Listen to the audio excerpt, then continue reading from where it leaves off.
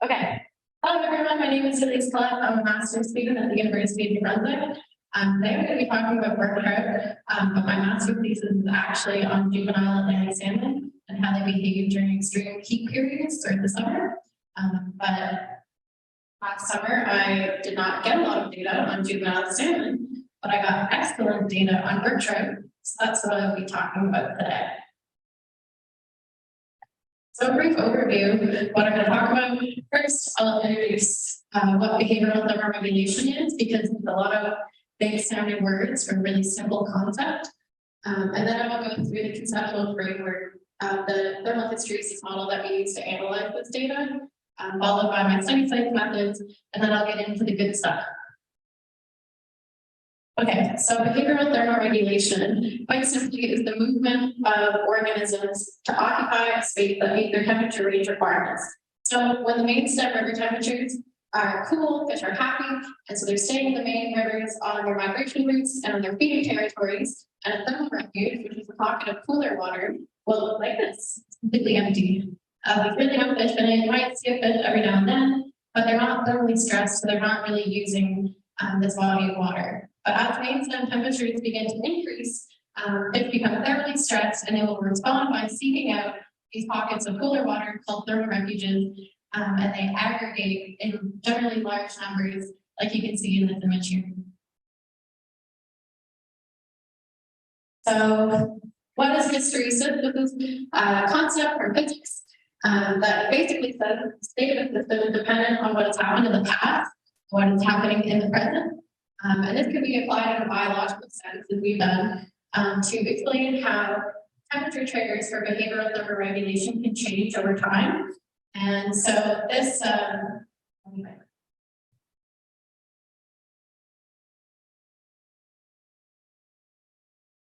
okay. And so this graph shows that pretty simply, that basically, as temperature begins to increase, fish are experiencing physiological stress, the amount of stress they're experiencing increases up until a point where they reach saturation, and they're no longer able to cope, and they will respond by seeking out these pools of cooler water. And when they're in these colder water pools, their physiological stress begins to decrease because the temperature is cooler, and then they're able to make a recovery. Next. So our hysteresis model is comprised of two main components. The first component is the time since the last thermally stressful event. So quite simply, it says that as you have a shorter duration of time in between these thermally stressful events, the fish are going to respond by aggregating at lower and lower temperatures because they've not had sufficient time to recover in between these thermally stressful events.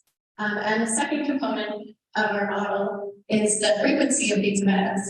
And so this is basically just the inverse of our recovery model, which shows that as you have more frequent events, so 1, 2, 3, 4 events through the summer, and if there's insufficient time to recover between these events, the fish again are going to respond by aggregating at lower and lower temperatures. So, oh, and I forgot to mention something that's really important. Brook trout are thought to aggregate at about 20 degrees Celsius in our rivers. Whereas for reference, we think that juvenile Atlantic salmon will aggregate when river temperatures are about 27 degrees Celsius. So there's a really big difference between the temperatures that will cause aggregation for both those species. So with that, thermal aggregation onset thresholds are dynamic for juvenile salmon. That's been shown by research conducted by Anthony Sullivan and Emily Corey and Nathan Miller also. That's shown that juvenile Atlantic salmon are aggregating at 25 degrees, 26 degrees, 27 degrees, and it's really variable. So we wanted to know if this also applies to brook trout. So our study sites. For this study, we were looking on the Little Southwest Miramichi. Otter Brook is where we collected data in 2021, and Parks Brook, about 11 kilometers upstream, is where we were collecting data in 2022. And so these are some really nice thermal images that we have of where each brook is meeting the main stem of the little Salvelinus Marishi. You're able to see this cooler water coming from the brook, meeting with the main stem here. At Parks Brook, it mixes very quickly. And at Otter Brook, you see you have this cool water creating quite a long plume, so much larger than a refuge for these fish to tune into. And so these little circles there are showing where we place temperature loggers in each of the sites.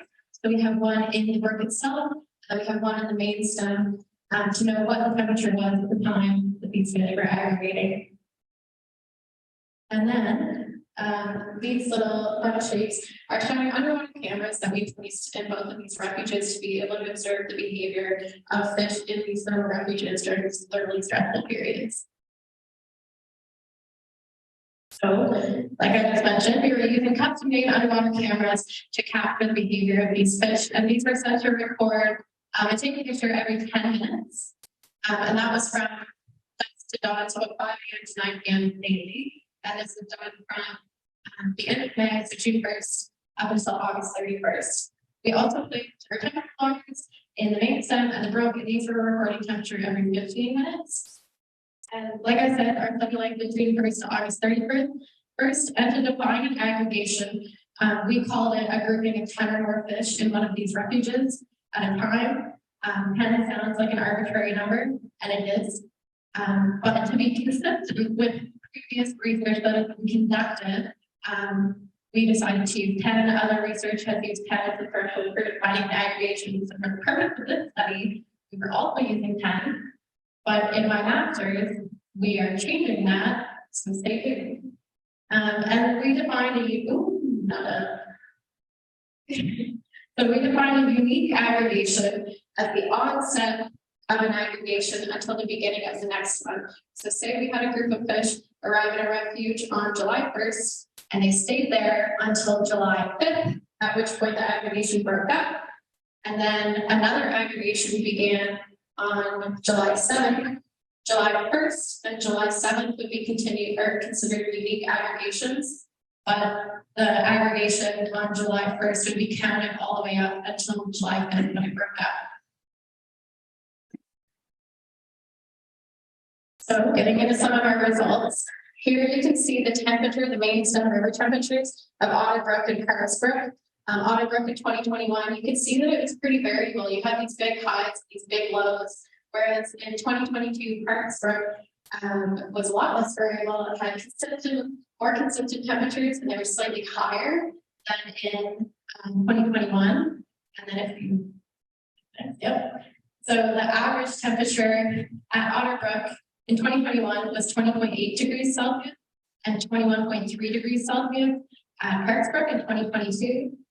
However, Otter Brook had a maximum river temperature of 31.5 degrees Celsius, whereas at Parks Brook, it was a little bit lower, over a degree lower at 30.2 degrees Celsius. So what's important here is that just in 2 years, we were seeing considerable variation in the river temperatures between these two sites that are pretty close together. And so for my unique aggregations at Otter Brook, we had a total of 19 unique aggregations throughout the summer of 2021.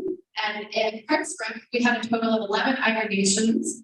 So there was certainly more that happened in the year 2021 than 2022, which is interesting because, as I just mentioned, river temperature was actually higher in 2022 than 2021, but we saw less aggregation events.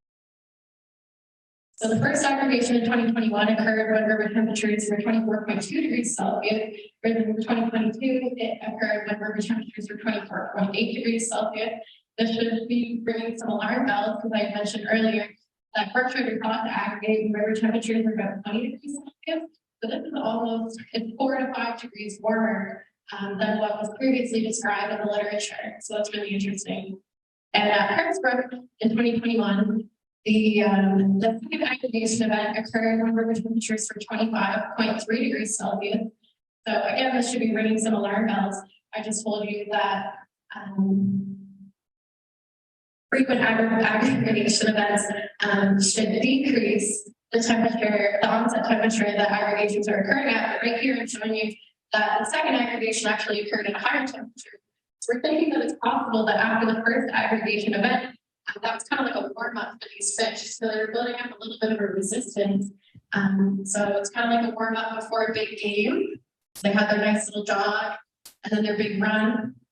And then after that, the third aggregation occurred at a much lower temperature because they were tired after that one big game that they had. And then there's this big gap in the data. It looks like where there was no aggregations occurring. In 2021, that's true. There was a period of cooler water, so the fish were not thoroughly stressed. So we were seeing a gap in aggregation events.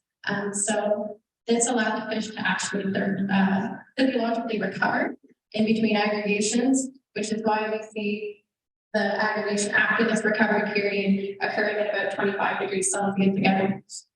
In 2022, we also see this big gap. However, this is not a recovery period. This is actually an aggregation that began in mid-July, and river temperatures remained high enough that the fish never left the refuge for several weeks. They stayed in place. So this box is actually showing an aggregation that took place over the course of several weeks, and the fish remained physiologically stressed through that entire period. So the mean onset temperature for aggregations in 2021 was 22.4 degrees Celsius, which is again higher than that 20 degree threshold that we thought was the threshold for Brook previously. And in 2022, it was 22.1 degrees Celsius. And we tested these results to see if they were significantly different, and we did not find that there was a statistical difference between the onset temperatures of 2021 and 2022. And although there was no statistical difference, just visually looking at this data, you can see that certainly aggregations in 2021 and 2022 differ from one another.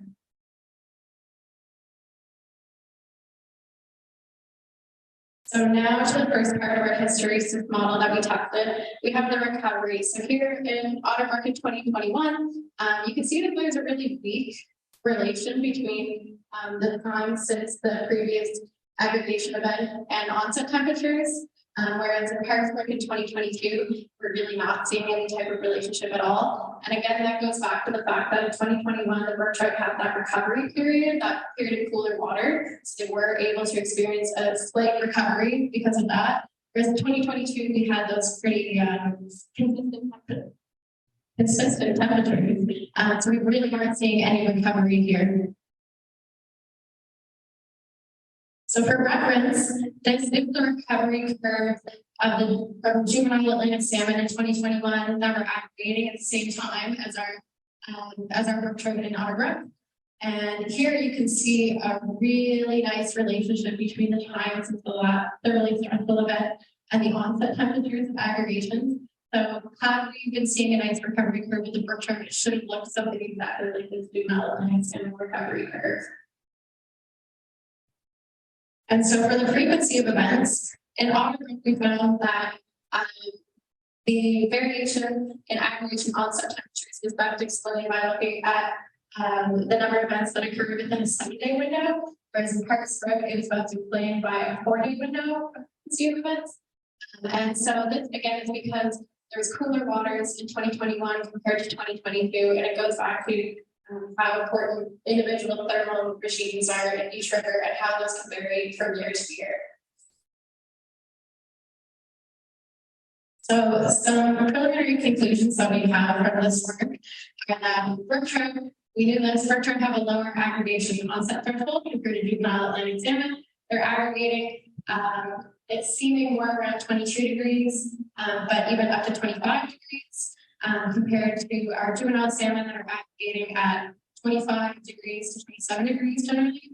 We also saw that aggregation onset temperatures are variable throughout the summer. So there's not just one temperature that is causing these fish to aggregate. A lot of management revolves around one temperature that triggers openings and closures in the rivers.